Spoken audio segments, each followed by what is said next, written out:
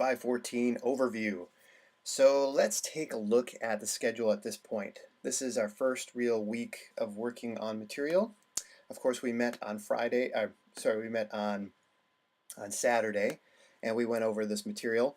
I did update this a little bit, put a little more detail into it, so feel free to take a look. Hopefully it makes sense and reflects what we were talking about. The outcomes have been posted for what we worked on here, and the assessment rubrics that we'll be using for the material that we're looking at, I posted in this column. If we move on down to what we're doing in between our weekends, again, we'll be meeting again on July 28th. What you should be working on this week and next week is your research paper. Get it written and upload it to your ECU514 page on the Google site.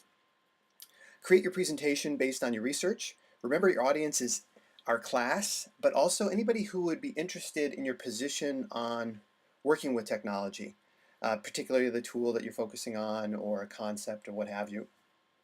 The outcomes are over here. Publish your paper, create it in Word, for instance. Use that Word template process. That's awesome. And again, we have resources on the resource page that you can look at, but I think that's going to be the most effective way for you to compose your papers in APA format with annotated bibliographies as well. If you have questions about that, feel free to get a hold of me. Your presentation published to slideshare.net, and then link it to your ECU 514 page as well. We'll be using these rubrics, and there is a paper rubric. We're going to go over to that in just a moment, and I'm going to take a look at it with you. And then when we get together for, in 2 weeks or so, we will present our presentations. We're going to work on our executive summary, see formats, ideas, the idea of, how is this going to be an effective document to prepare us for our interview of our tech person or our administrator related to it. You can see the outcomes over here. And let's see, there's a little bit of redundancy because I'll say copy and paste it to Blackboard discussion board here. The outcome is, again, copy and paste. And this is something we can talk about in class, is that if I'm just post the content here you're working on and then put the outcome here, would that be clear enough that so people know to read this and then look over here and see where the outcome is going to go? I think that will make the most sense, but right now I'm being a little redundant and repetitive, as we said last weekend. And we'll be focusing on all of these rubrics because we will be doing some journaling during that day. And yeah, finally, what you'll be wrapping up after our second weekend together is meeting with your administrator or tech person in leadership, talking to them, interviewing them, gathering information, finishing your executive summary. Up here, we're just going to work on a draft of it to kind of get ourselves kind of in a frame of mind.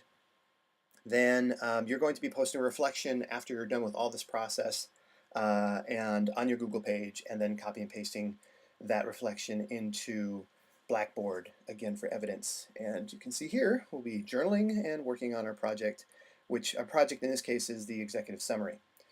Now I want to show you, under rubrics, we have the basic rubric process that we have for all of our courses: attendance and participation, reflective journal, and this fancy schmancy thing, the research paper.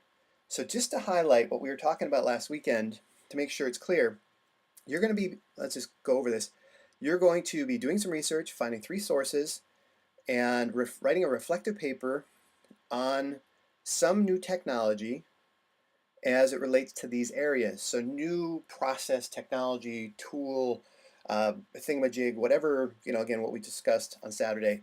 But take a look at the legal, economic, social issues surrounding this particular thing, internet educational applications. Feel free to adapt some of these statements. So when we say internet educational applications, so if it is not an internet-based thing, is there a community that using Delicious, Pinterest, or something like that, that the internet can help support the use of it, for instance? We can be flexible there. Educational trends and technology. What are we seeing happening in the classroom? How does this affect that? And then technology enhanced communication. So you don't have to hit on all of these, but this is just to give you an idea what to write to as you're looking at your particular tool or process. And when you look down here, we can see our rubric, because we all want to know what we're moving toward, and we're all going to be over in this category over here. So if you have questions about this, we said 2 to 3 pages, if I remember correctly. So hopefully I'm not off base. And that does not include the annotated bibliography. So 2 to 3, 1 to 2, 2 to 3, I guess, makes sense. We'll say, form up on 2. And then you have your annotated bibliography with your 3 or more sources.